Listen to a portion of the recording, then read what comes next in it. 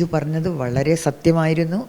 മഞ്ജുവിനെതിരെ എന്തെങ്കിലും തരത്തിലുള്ള ആക്രമണം ഇതിൻ്റെ പേരിൽ ഉണ്ടാവുകയാണെങ്കിൽ തീർച്ചയായും ഞങ്ങളാരും വെറുതെ ഇരിക്കില്ല. അതിനുള്ള മറുപടി ഞങ്ങൾ തന്നിരിക്കും. സാമൂഹ്യ പ്രവർത്തക കൂടിയായ കെ അജിത നമുക്കൊപ്പം ഇപ്പോൾ ചേരുകയാണ്. ദിലീപിൻ്റെ കേസുമായി ബന്ധപ്പെട്ട വിധി വന്നിരിക്കുന്നു. ദിലീപിനെ വെറുതെ വിട്ടിരിക്കുകയാണ്. ഇതിനോട് ഒരു പ്രതികരണം എങ്ങനെയാണ്? ഇത് അത്യന്തം നീതി നിഷേധമാണ് എന്ന് തന്നെയാണ് എനിക്ക് പറയാനുള്ളത്. ഇതിൽ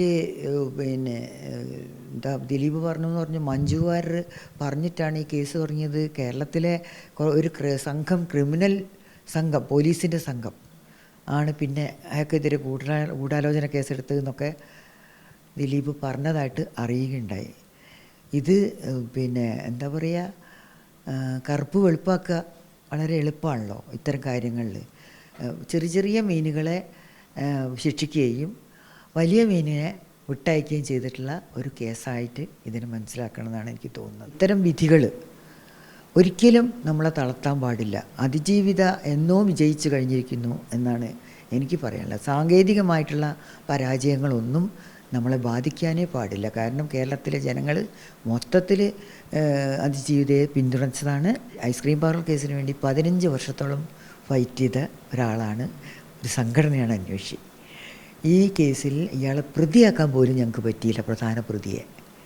അപ്പോൾ അത്രമാത്രം സ്വാധീനങ്ങൾ, പലതരത്തിലുള്ള പണവും രാഷ്ട്രീയവും മറ്റു തരത്തിലുള്ള സ്വാധീനങ്ങളും കണ്ടമാനം ഒഴുകിയിട്ടുള്ള കേസുകളാണിത്.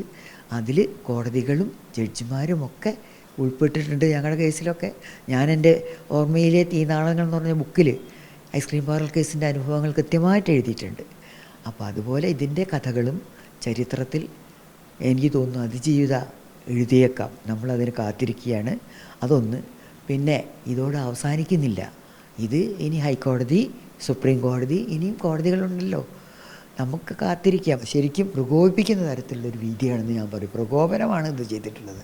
അല്ലാതെ ഞാൻ നിരാശയിൽ എന്ന് പറയുമ്പോൾ വിധിയിലും നിരാശയുണ്ടെങ്കിലും ഇത് ഞങ്ങൾക്കൊക്കെ ഉള്ള ഒരു ചലഞ്ചാണ്.